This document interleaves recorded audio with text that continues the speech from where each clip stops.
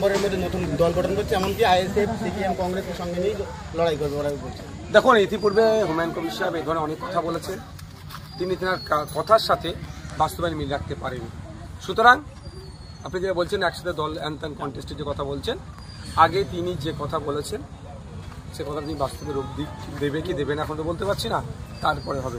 আর দ্বিতীয় কথা, তিনি রাজনৈতিক মঞ্চ থেকে এমন কিছু কথা বলেছেন, সেই কথাগুলো সম্পর্কে তিনি যতদিন না ফিরে আসছেন, প্রত্যাহার করছেন তিনার কথাটা বলা, সেই সময় কেন বলেছেন, কার পরিপ্রেক্ষিতে বলেছে, সেই বিষয়গুলো যতদিন না খোলাসা করছে, যেটার কোনো প্রশ্নই আসছে না।